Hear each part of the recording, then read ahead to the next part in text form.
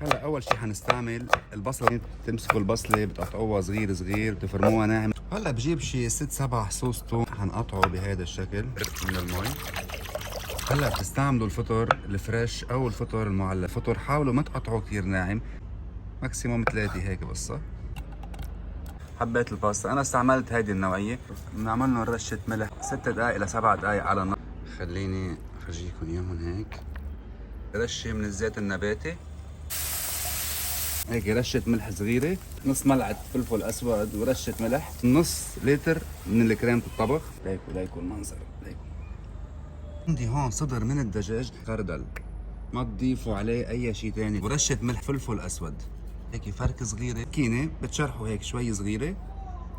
هيك كيف طلع معي.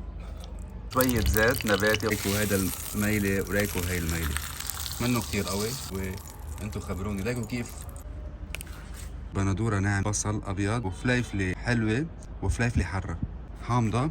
رح اعصرهم، رشة ملح، رشة من الفلفل الاسود، زيت الزيتون.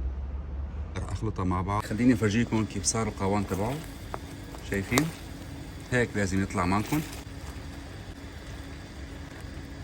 فلفل اسود، وبترجعوا بتزيدوا له كمان ملح هيك حسب الرغبه.